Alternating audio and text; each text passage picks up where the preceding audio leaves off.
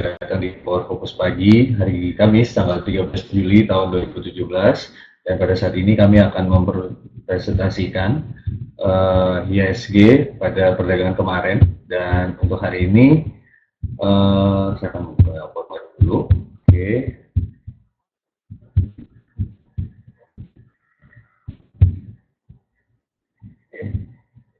PowerPoint. Oke, pada kemarin IHSG itu menguat Bapak Ibu 0,7% atau 45 poin di 5.819, walaupun sempat melemah di lowest pada open di 5.771, namun 10 sektoral menguat dan ini memberikan indikasi adanya reversal, walaupun kemarin memang secara stokastik saya melihat masih ada tren penurunan, namun pada saat ini, pada kemarin ini terjadi reversal, dan maksud saya reversal pembalikan arah. Dan memang kalau saya perhatikan 10 sektoral menguat, dan yang paling menguat yaitu di sektor mining 1,63% di level 1418, lalu juga diikuti oleh consumer goods 1,19% di level 2.520, dan finance 1,01% di level 956. Dan memang untuk prediksi hari ini masih ada potensi untuk IHSG akan bullish di area support di 5.784 dan resisten di 5.840. Dan memang kalau saya perhatikan kemarin perdagangan secara global market, Hang Seng, FTSE 100, Dow Jones, EIDO itu kemarin menguat. Yang paling menguat tertinggi yaitu di FTSE 100 1,19, dan juga Dow Jones kemarin juga menguat setelah Janet Yellen, salah satu gubernur dari The Fed, mengumumkan untuk akan menaikkan tingkat suku bunga. Dan memang waktunya masih belum tahu di bulan ini atau bulan selanjutnya, namun ini memberikan indikasi adanya penguatan di negara Amerika karena dan itu akan berpengaruh sama Indonesia gitu, khususnya di IHSG nanti. Dan tapi untuk saat ini, bila mana nanti pelaku pasar sudah mendengar dari pemberitaan Janet Yellen yang mengatakan akan menaikkan suku bunga, ini juga mengindikasi adanya ada pelaku pasar masih belum masuk ke Indonesia, makanya masih sekarang masih di capital outflow. Dan kalau saya rasa bahwa dengan Janet Yellen yang berbicara di pers tentang kenaikan The Fed, ini juga akan mengindikasikan nanti bagaimana pelaku pasar melihat korelasi antara IHSG dengan Dow Jones. Dan memang untuk saat ini memang kalau saya perhatikan dari chart kemarin, untuk IHSG sendiri memang dalam keadaan tren turun ya Bapak Ibu, dimulai dari tanggal 7 Juli, dan memang ini kemarin naik di 12 Juli, walaupun saya perhatikan volume juga menguat tinggi dibandingkan kemarin, jadi saya masih ada potensi untuk kenaikan pada hari ini. Namun secara tren di bulan Juli ini, kalau misalnya belum ada sentimen positif dari laporan keuangan di kuartal 2, ini masih indikasi masih sideways cenderung bearish untuk tren di bulan ini. Namun untuk saat ini masih ada pola penguatan, dan memang kalau saya perhatikan di tanggal 10 Juli kemarin memang melemahnya sangat tinggi sekali, dan maksud saya komposit ya. Memang dari tanggal 10 Juli ini memang melemah sekali di 5.771, dan memang trennya cenderung turun ya, dilihat dari tanggal 10, dan masih ada potensi untuk penguatan hari ini. Jadi untuk saat ini masih tetap IHSG akan menguat, namun memang sentimen negatif ada di The Fed yang mengindikasikan memang ada potensi penguatannya tidak terlalu tinggi dari tahun kemarin, jadi masih penguatan terbatas, kurang lebih seperti itu Bapak Ibu. Lalu kemarin juga gold mencetak penguatan 0,17% di level 1216, lalu juga oil juga menguat 0,66% di level 45-41 setelah kemarin juga menguat juga. Dan memang hari ini juga mencetak penguatan. Dan coal kembali lagi, maksud saya coal kalau kemarin hari ini koreksi 0,79% di level 81, CPO menguat 0,14% di level 2.679, dan USD terhadap rupiah kemarin melemah 20 poin atau 0,14 di level 13.370. Lanjut untuk hari ini investasi maaf, di ya.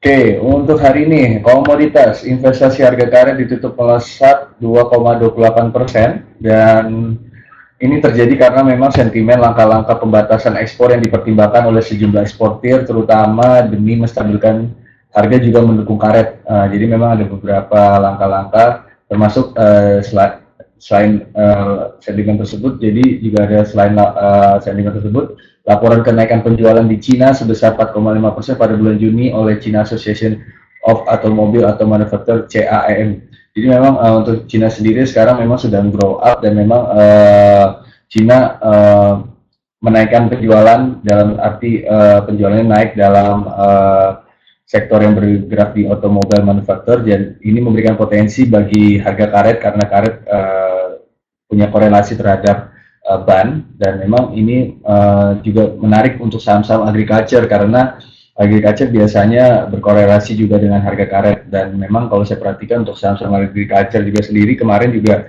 menguat di 2679.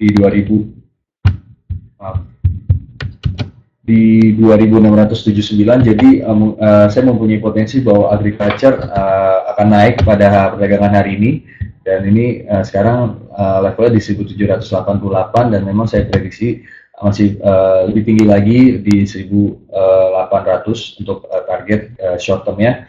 Dan memang kalau saya perhatikan untuk saham-saham yang di agriculture masih bisa untuk kita akumulasi juga di LCP dan juga AHALI, ini masih ada potensi bagus karena memang secara sektoral dan harga komoditasnya juga menguat di bulan akhir Juni menuju awal Juli di bulan ini.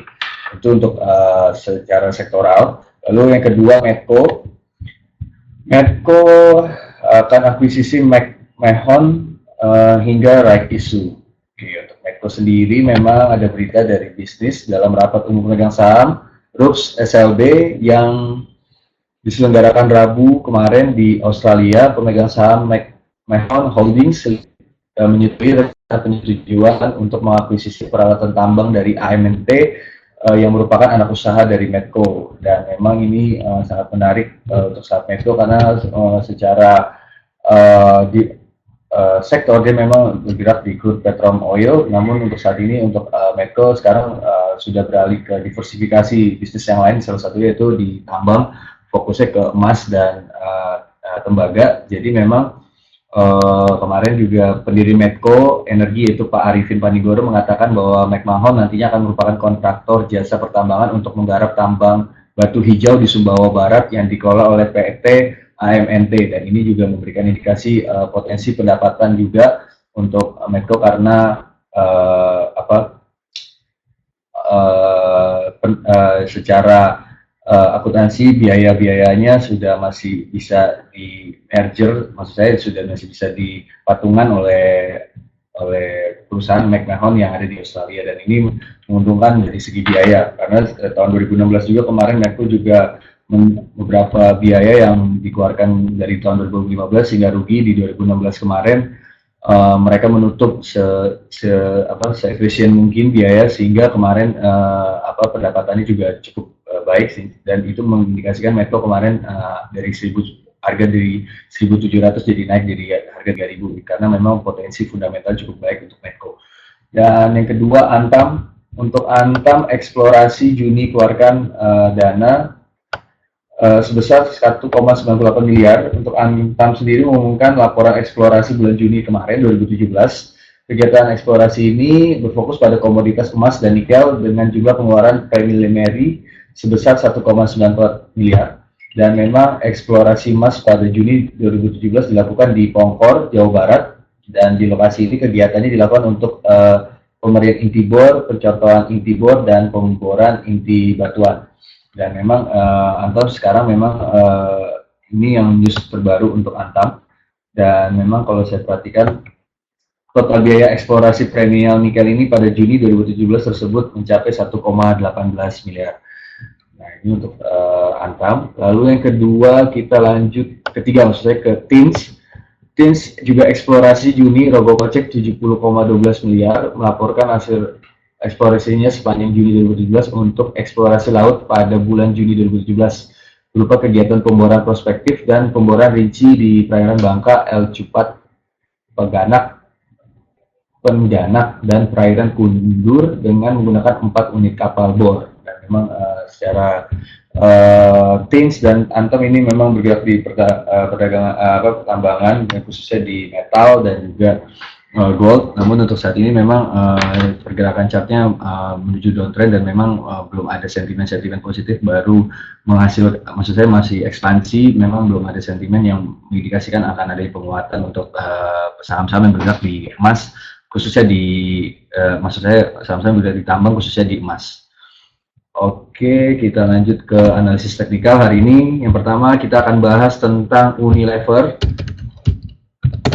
Unilever adalah saham baik ya secara fundamental, dan kita perhatikan untuk Unilever hari ini kemarin ditutup 48.300. Saya melihat trennya ini masih cukup tinggi ya Unilever, dan memang indikasinya bahwa untuk Unilever sendiri ini saya sarankan untuk long term karena memang perusahaannya bagus dan pendapatannya lambat laut itu terus naik, sehingga saya mengindikasikan bahwa untuk Bapak Ibu bila mana mempunyai ingin membeli saham Unilever, saya sarankan untuk beli di area supportnya. Ini sekarang di 48.300 dan memang kami masih indikasikan adanya pola untuk kita beli di 48.300 dan juga bottomnya itu bisa kita beli di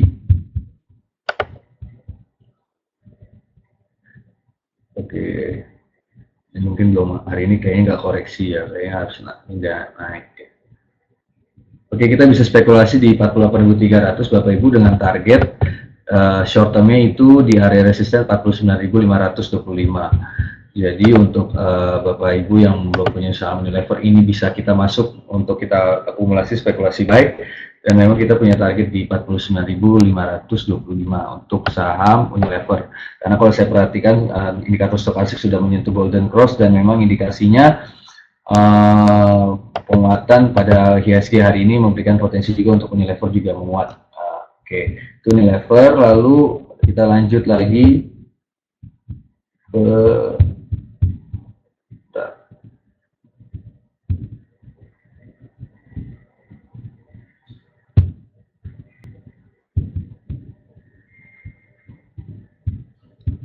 sebentar ya.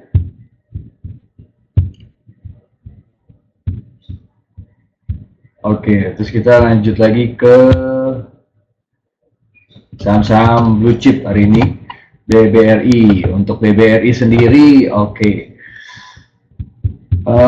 secara teknikal BBRI fundamentalnya baik ya, dan memang ini perusahaan yang bergerak di finance. Saya melihat bahwa BBRI masih ada potensi untuk secara stokastik memang trennya dalam penurunan, dan secara volumenya juga terjadi reversal. Ini juga masih bisa kita spekulasi buy Bapak Ibu, karena memang area supportnya itu di 14.600, ini area support kuatnya, dan memang ketika ini area yang enak untuk kita spekulasi buy dengan target di 5.475. Jadi memang saya sarankan untuk secara teknikal BBRI masih bisa untuk kita spekulasi di area 14.600 dengan target 15.475 untuk saham BBRI, karena memang kalau saya lihat candlenya ini sudah white candle putih yang mengindikasikan masih ada polanya penguatan dan reversal pada hari ini, karena kalau saya perhatikan prediksi hari ini ya saya akan menguat Bapak Ibu untuk saham BBRI. Lalu kita cari lagi ke saham MNCN ya. Wah, MNCN. Oke, untuk saham MNCN ini kalau saya perhatikan kemarin cukup tinggi juga ya penguatannya, namun ditutup turun lagi. Untuk MNCN ini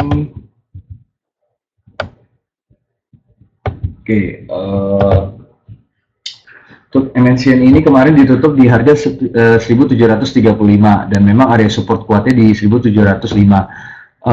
Saya menyarankan untuk kita kalau MNCN ini saham yang fluktuatif juga ya. Jadi memang kalau saya sarankan untuk para trader ini masih bisa untuk kita masuk di saham MNCN di harga di 1705 sampai dengan 1750 dengan target paling short term itu paling kuat di 1800.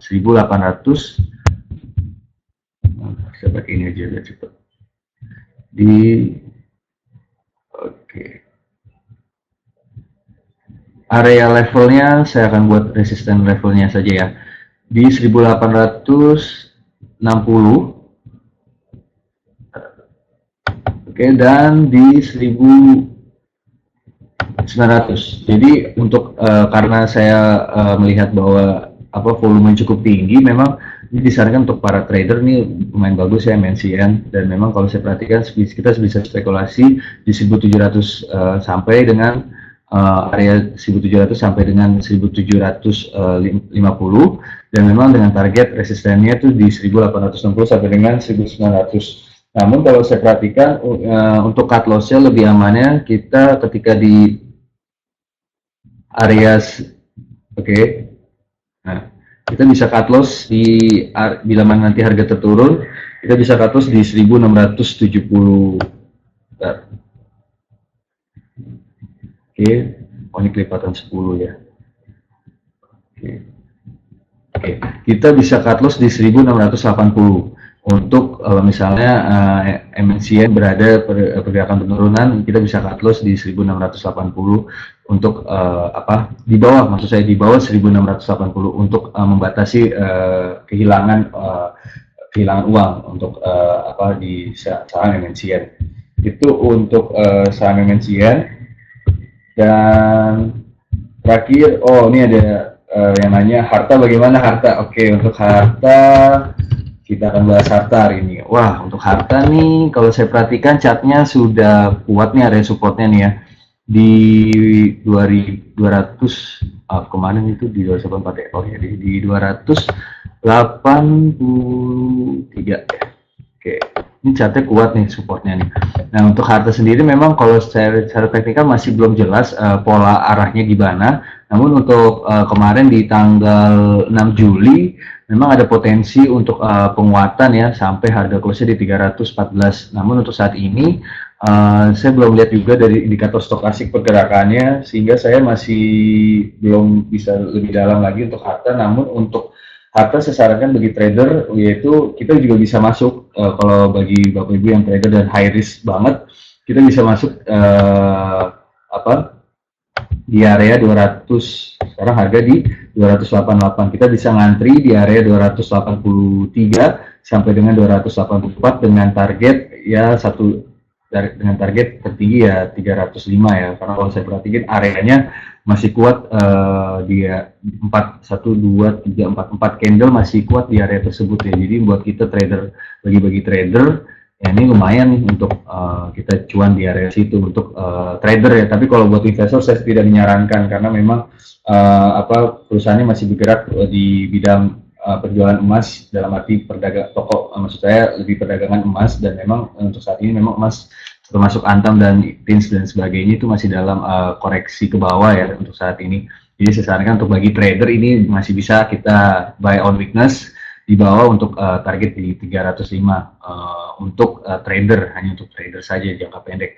Ya kalau misalnya sebenarnya kalau misalnya saya perhatiin support resistennya kuat itu 305 ya, tapi kalau untuk secara short termnya kita masih bisa di 298 juga udah bisa taking profit karena nanti ada potensi koreksi lagi ke bawah. Kurang lebih itu untuk harta. Oke, Bapak Ibu, karena udah menjelang bursa nih 3 menit lagi, dipersilakan Bapak Ibu bertanya.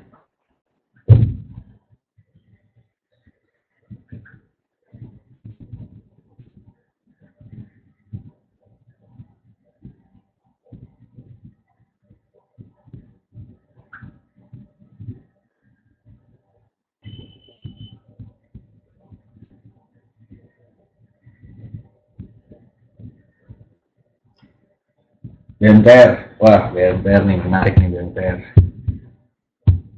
Oke, BMTR ya. Untuk BMTR untuk saat ini saya cenderungannya nih trennya tren turun ya. BMTR, sorry. Oke.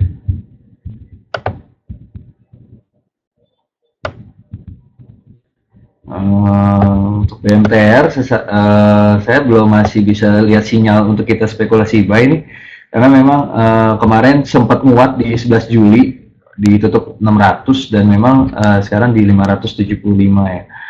Nah, untuk saat ini memang kalau saya lihat chartnya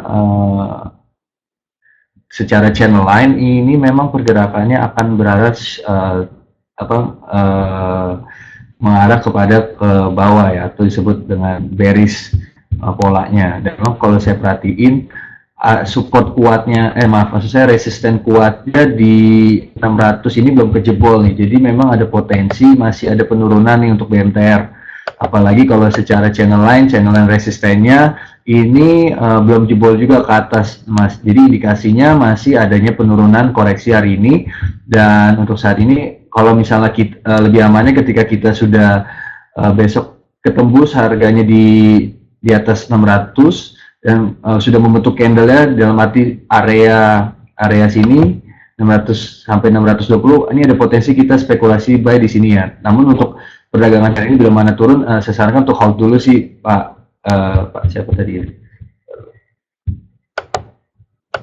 Bapak DJK, kurang lebih itu dulu sih Pak untuk saham BMTR karena masih ada potensi penurunan ya. Kalau saya perhatikan dari indikator stokastik dan memang volumenya kemarin juga melemah, masih ada potensi penurunan sehingga lebih amannya saya sarankan di 600 sampai 620 kita bisa spekulasi buy dengan target 680 bila mana garis yang line secara di resisten bisa tertembus, kurang lebih seperti itu Pak DCK.